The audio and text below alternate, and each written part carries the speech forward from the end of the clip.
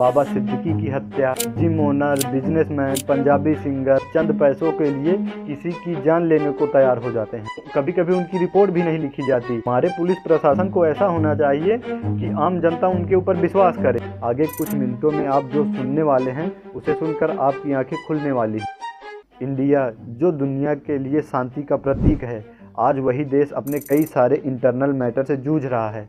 उनमें से एक है गैंग्स। हमारी गलियों से लेकर राजनीति के महासंग्राम तक ये कहानी है उन लोगों की जिन्होंने अपने हाथ खून से रगे हुए हैं। ये कहानी है उन जुल्म और नफ़रत भरी जंगों की जो हमारे गांव, शहर, देश और दुनिया में चल रही है। क्या आप जानते हैं इन गैंग के पीछे का असली सच क्या है? वीडियो में हम बात करने वाले हैं भारत और दुनिया में एक्टिव गैंग्स और उन गैंग्स के बीच चल रहे गैंग वॉर के बारे में, जो कि एक समस्या ही नहीं बल्कि हमारे समाज में फैल रहे दीमक की तरह है।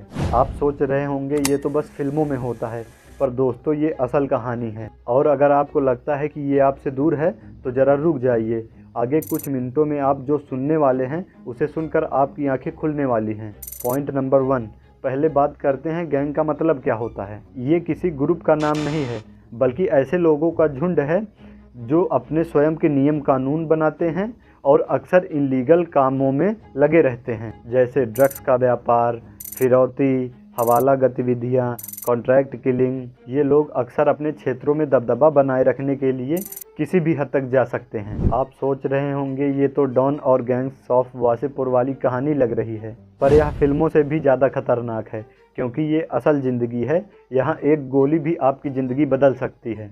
पॉइंट नंबर 2, कानून का रोल। इंडियन कॉन्स्टिट्यूशन में भी ऐसे कई कानून हैं जो ऐसी गतिविधियों को रोकते हैं। इंडियन पीनल कोड यानी आईपीसी के सेक्शन 302 से लेकर MCOCA जैसे स्पेशल कानून तक हमारे देश में गैंग्स और ऑर्गेनाइज्ड क्राइम से निपटने का प्रबंध है, लेकिन हर बार इसे लागू करना आसान नहीं होता। जब इन गैंगस्टर्स के लिंक पॉलिटिकल पार्टी से लगा होता है तो कानून को भी इन्हें पकड़ना आसान नहीं होता। पर सवाल आता है, जब इतने सारे कानून हैं तो गैंग वार अभी भी कैसे चल रही है? इसका जवाब आपको आगे वीडियो में मिलने वाला है।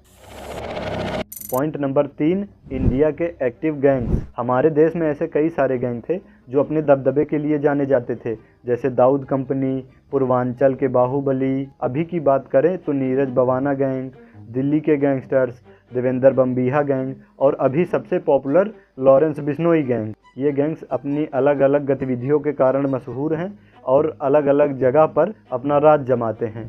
पर क्या आपको पता है इन गैंग के बीच जो जंग होती है इसमें अक्सर आम जनता भी पिस जाती है। पॉइंट नंबर 4, गैंगस्टर्स और उनका प्रभाव।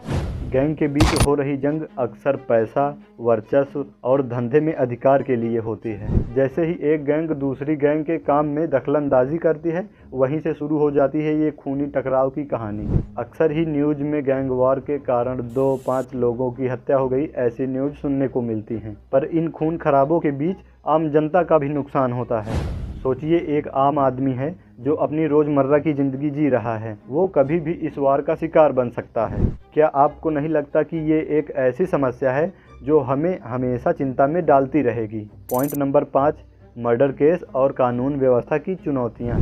हमें अक्सर सुनने को मिलता है कि लोग गैंगस्टर्स के सुपारी का शिकार होते हैं, जैसे 7 अगस्त 2021 में विक्की मिद्दू खेड़ा, 29 मई 2022 सिद्धू मूसेवाला, 18 जून 2023 हरदीप सिंह निज्जर और अभी सबसे चर्चित बाबा सिद्दीकी की हत्या। Gym owner, businessman, Punjabi singer, actor और भी ऐसे कई लोग हैं जिसमें कानून इन निर्दोष लोगों को बचाने में असमर्थ रही है। अब आपका ये सोचना उचित है कि जब कानून है तो ये सुधर क्यों नहीं पा रहे हैं? ये सवाल ठीक है, लेकिन इसका जवाब थोड़ा टेढ़ा है। पॉइंट नंबर 6, राजनीति और गैंगस्टर का मिलाव। ये एक बड़ा मुद्दा है कि कई बार गैंगस्टर के लिंक राजनीति से जुड़े होते हैं। उन्हें कई बार पॉलिटिकल सपोर्ट भी मिलता है जो उन्हें कानून से बचाए रखता है। ये संबंध न केवल उनकी सुरक्षा प्रबंध करता है बल्कि कानून व्यवस्था के लिए भी बड़ी चुनौती खड़ी करता है। पर यह रिश्ता केवल राजनीति तक ही सीमित नहीं। अगला पॉइंट आपको दिखाएगा कि कैसे गैंग कल्चर का अलग अलग क्षेत्रों पर भी असर है। पॉइंट नंबर 7, पंजाब और बॉलीवुड में गैंग कल्चर का असर। हमारे कुछ फिल्मों और गानों में गैंग कल्चर का असर देखने को मिलता है। इन फिल्मों और गानों में दिखाया जाता है कि कैसे गैंगस्टर्स की लाइफ ग्लैमरस, पैसा, कार, रुतबा, दबदबा और खून से खुशी होती है। क्या आप सोच सकते हैं कि कितने लोग ये सब देखकर ऐसे रास्तों पर निकल पड़ते हैं जहां एक तरफ ये सब उन्हें प्रेरणा देती है, वहीं दूसरी तरफ असल जिंदगी उन्हें जेल के पीछे भेज सकती है। लेकिन इसका क्या फ़ायदा जब ये लोग जेल में बैठकर अपनी गैंग चला रहे हैं। अब पॉइंट नंबर 8 में बात करते हैं इन सब से समाधान के बारे में। हम अगर इन समस्याओं से समाधान चाहते हैं तो सबसे पहले हमें जागरूक रहना पड़ेगा। कानून के नियम तभी काम करते हैं जब लोग उनका सही से पालन करें और आपराधिक गतिविधियों को रिपोर्ट करें। लेकिन यहाँ भी एक समस्या है, जब लोग पुलिस के पास रिपोर्ट लिखवाने जाते हैं तो कभी कभी उनकी रिपोर्ट भी नहीं लिखी जाती। ऐसा इसलिए होता है कि उस थाने की पुलिस अपने एरिया में कम क्राइम दिखाने के लिए कुछ रिपोर्ट लिखते भी नहीं, जबकि ऐसा नहीं होना चाहिए। हमारे पुलिस प्रशासन को ऐसा होना चाहिए कि आम जनता उनके ऊपर विश्वास करे। समाधान में दूसरा पॉइंट आता है शिक्षा और रोजगार। शिक्षा और नौकरी का अभाव अक्सर नौजवानों को इलीगल कामों में सम्मिलित होने में मदद करता है। तभी तो ये लोग स्मगलिंग करते हैं और चंद पैसों के लिए किसी की जान लेने को तैयार हो जाते हैं।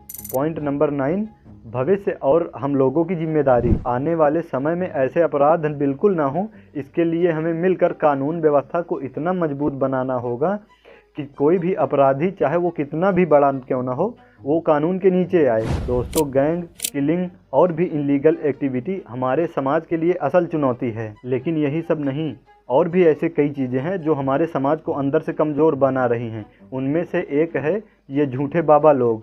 अगर आप जानना चाहते हैं कि कैसे ये झूठे बाबा लोग हमारे समाज को अंदर से कमज़ोर बना रहे हैं, तो आप हमारी ये वीडियो देख सकते हैं। इस वीडियो में जो भी बताया गया है उसकी लिंक आपको डिस्क्रिप्शन में दी गई है, आप जाकर स्वयं पढ़ सकते हैं।